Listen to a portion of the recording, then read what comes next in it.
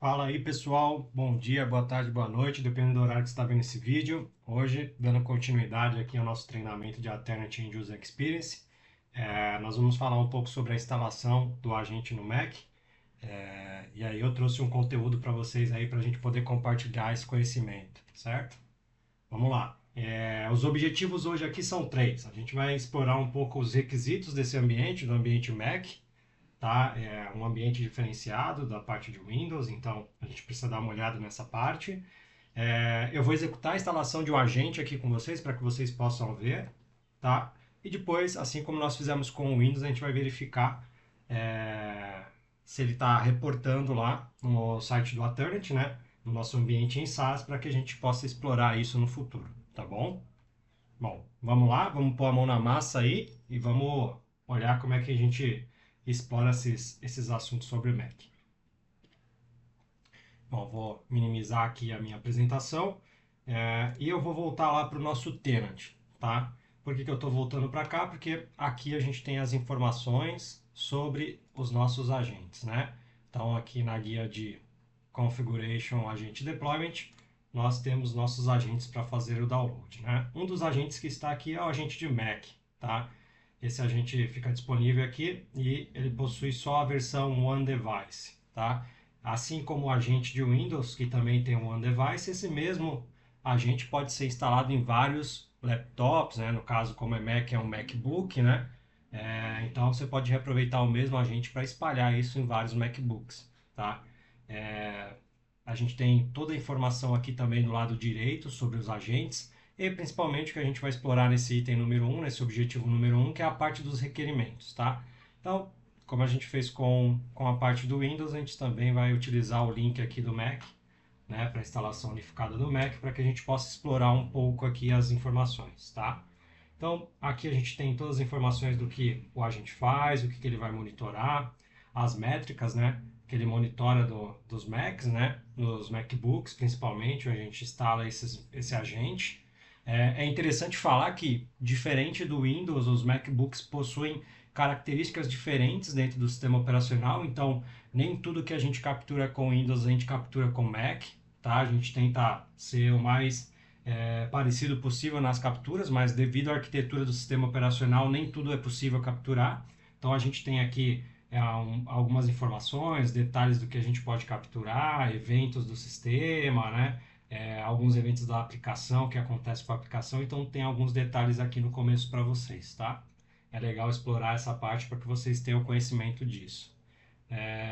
Bom, a gente desce aqui um pouco a tela aqui e tem a parte do setup do agente, tá?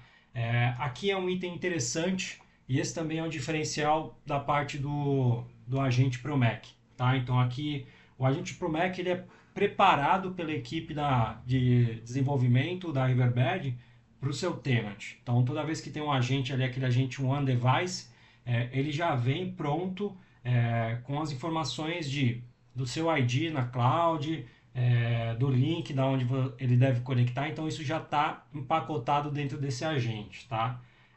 Por padrão, como não tem a opção de instalação massiva ali, esse agente está preparado para conectar automaticamente na porta 443 e o protocolo é o HTTPS nesse tenant na cloud, tá?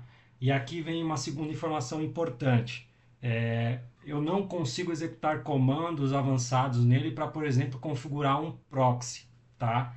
Então, se o cliente ou parceiro necessitar fazer a instalação desse agente de Mac em um ambiente que utilize proxy, ele tem que entrar em contato, dá para entrar em contato com o time de SaaS Admin da Riverbed e solicitar a criação de um agente específico com a informação do proxy dentro desse pacote, tá? Então, como o Mac trabalha diferente do Windows, com um pacote que possui várias pastinhas ali dentro, com informações de conectividade e tudo mais, você precisa solicitar o time da Riverbed que inclua esse proxy dentro do teu agente, tá? Bom, aqui embaixo a gente também tem a seção do Before You Beginning, né? Então aqui você tem toda a parte de sistemas suportados, então aqui as versões de agente que nós possuímos. Aqui você tem as versões do Mac, então do macOS que a gente suporta. Cada versão você precisa se atentar aqui à versão do agente que você precisa instalar, tá? Então, sempre é legal olhar isso, tá? Hoje a gente consegue ter uma retrocompatibilidade, então, normalmente o agente mais novo, você consegue suportar alguns sistemas operacionais um pouco mais antigos, mas aqui tem uma tabela de compliance para que vocês não passem por apuros aí na instalação, tá? A parte de processador é muito importante, assim como no Windows, tá? Então fiquem atentos aos tipos de processadores suportados aqui na plataforma. Ele fala um pouco sobre a pasta, a mesma questão dos recursos consumidos, espaço em disco, né, que ele consome. E aqui também tem um item interessante que é a parte de monitoramento web, né? Quando você instala o agente do Mac, se a estação, né, que é o macOS, lá o MacBook, desculpa, tiver o Chrome instalado, ele já vai também instalar automaticamente a extensão que vai possibilitar o monitoramento do uso do Chrome, tá? Então, é legal também que já esteja o Chrome instalado. Caso não esteja, a reinstalação é requerida, tá? Então, instalou, o agente não estava o Chrome, quando instalar o Chrome precisa reinstalar o agente, tá? Aqui tem algumas informações sobre o local de instalação, então os agentes mais antigos tinham um local diferente aqui de instalação, então você tem aqui o que tinha dentro das pastas de instalação, tanto para versões mais antigas quanto para as mais novas, tá? E onde eu mostrei no começo para vocês, né, a parte do local onde a gente pode fazer o download do agente para instalação, tá? Aqui ele comenta justamente sobre a questão do proxy que eu comentei com vocês, né, para entrar em contato com o time de sysadmin, caso você precise colocar um proxy no pacote. E aqui ele mostra brevemente como que faz a instalação, tá? Eu preparei aqui para gente uma máquina virtual também com macOS, né? Aqui está com o Big Sur, se eu não estou enganado, é esse que está aqui rodando, tá? Para agilizar o nosso processo, eu já baixei o agente do site, já transferi o agente para cá também, tá? Então, eu basicamente voltei aqui nessa tela e fiz o download desse agente aqui, 4.2.3.10, tá? Então, é o mesmo agente que está aqui nessa pasta, tá? Basicamente, o que a gente precisa fazer, a gente pode abrir esse arquivo, né? Executar ele. Ele vai abrir aqui para a gente o instalador, tá? Então eu vou minimizar a telinha de trás aqui para ficar mais fácil para a gente. Ele abre o instalador aqui do Alternate. A gente dá um continue, ele vai falar para você quanto que ele vai ocupar de espaço, se você quer mudar o local da instalação, né? Então aqui às vezes você precisa mudar por questões do antivírus, se tiver antivírus dentro desse MacBook, tá? Então a gente por padrão vai seguir aqui e ele vai pedir a senha de administrador desse MacBook, tá? Então, a gente coloca, requer necessidade de um administrador, tá? Então, a gente faz a instalação e ele finaliza com o sucesso, tá? Ao final aqui, ele pede para colocar, mover o agente para a lixeira, se for necessário.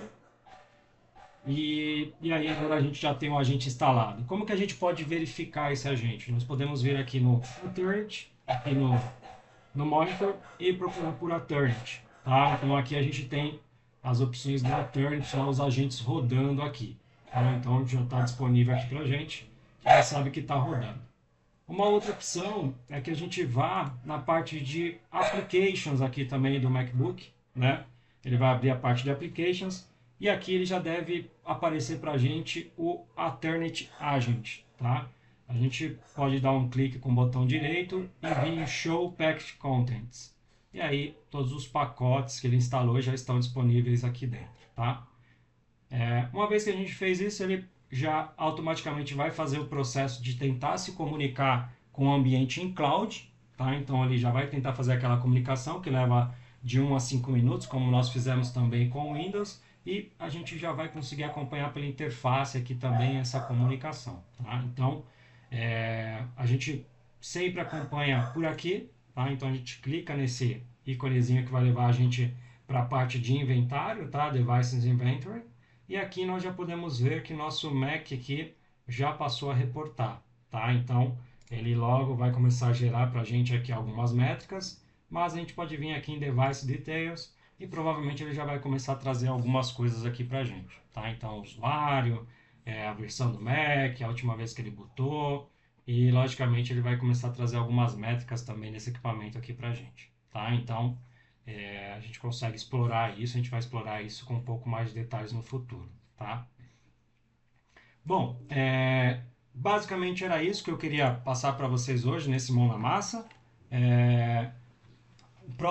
Nosso próximo tópico aí, como de costume, a gente vai falar um pouco sobre a parte de fazer um troubleshoot na conectividade. Então, esse item é muito voltado para a parte de Windows, onde nós conseguimos ter acesso à parte de conectividade, então onde nós conseguimos testar a comunicação com o ambiente em SaaS, tá? E também vamos fazer o uso do Admin Console para que a gente possa explorar um pouco mais os menus de agentes também, que agora nós já temos os agentes funcionando, então a gente consegue explorar um pouco mais os menus, tá bom? Bom, por hoje é só, pessoal. Agradeço a presença de todos e nos vemos no próximo vídeo.